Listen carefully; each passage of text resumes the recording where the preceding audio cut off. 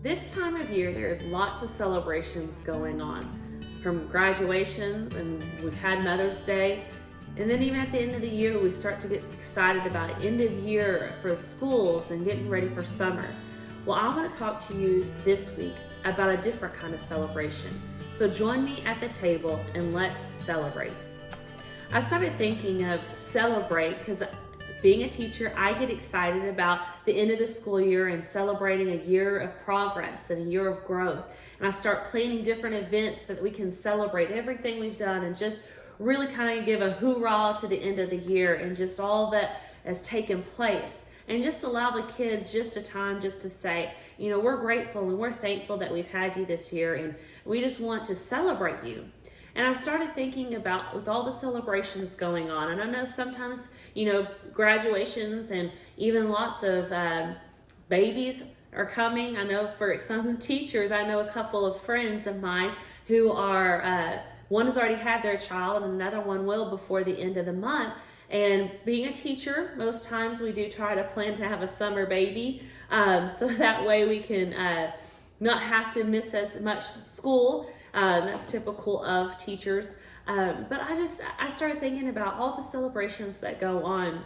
And I started to think about, when we get in those celebrations, we're celebrating that child's or that person's accomplishments or the birth of something or the newness of something.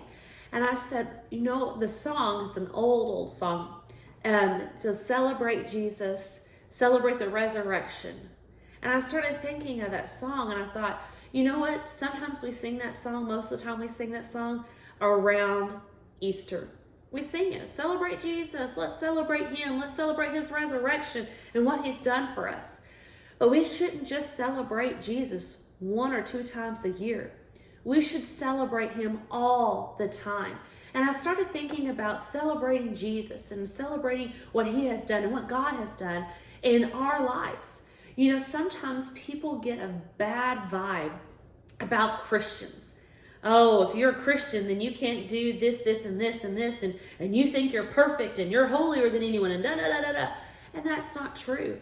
And I started thinking, when Jesus came and he did what he did, people saw the goodness of God. And that is what drew them to God, is God sending his son Jesus for us and Jesus being that example. And that is still true today. We are to be the example of Christ in our world today. We're supposed to be that example. It's going to be through our love. It's going to be through our compassion. And it's going to be through our celebration of a godly life that people are going to be drawn to us and want what we have. And if we celebrate Jesus every day and we get excited about who God is and we just celebrate the freedom we have in him, the resurrected life we have in him, the redemption. If we celebrate the good things that God has, then we're going to see more people come to God because they want what we have. They want what we have. I've been taught that as a parent through developmental, a child will do more of what they see than what they hear. If I tell my son, sit down and be quiet, or go do this, or go do that, or we don't do that. Whatever the case may be, if I'm telling him something, he may recall that, but he's going to know more of what I do and what he sees me do than what I'm just saying.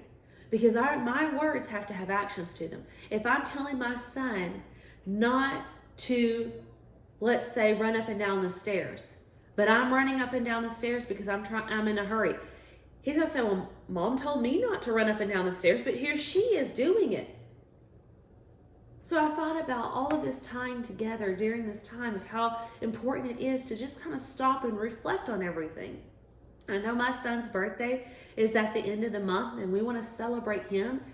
And I want everyone to see how honored I am to have him as a son and grateful and thankful. But I'm thinking of, in celebrating him, people are drawn to that. They want to come celebrate him too. But how much more would it be to celebrate God? And I want to live a life, and I hope you want to live a life that celebrates God in such a way that your actions show his goodness and all of who he is. Psalms 30:11 says, "Be glad in the Lord and rejoice, O righteous, and shout for joy, all you upright in heart." This is talking about a celebration. David sung songs saying to rejoice and to be happy. What was he doing? He was celebrating God. It goes on in verse 1 of chapter 33. "Shout for joy in the Lord, O you righteous. Praise benefits the upright."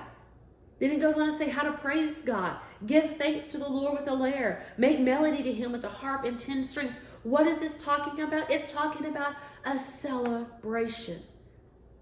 A celebration. And it goes back to rejoice all the time. Be glad all the time in God, what he has done.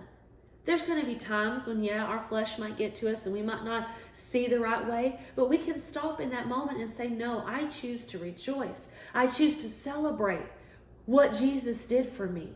I choose to look to him, and I am going to live a life of celebration. Because guess what? We're no longer slaves to fear. We're no longer in bondage. We're no longer in poverty. We're no longer in sickness and disease. We're no longer in depression. So celebrate that. A lot of places around here say celebrate recovery.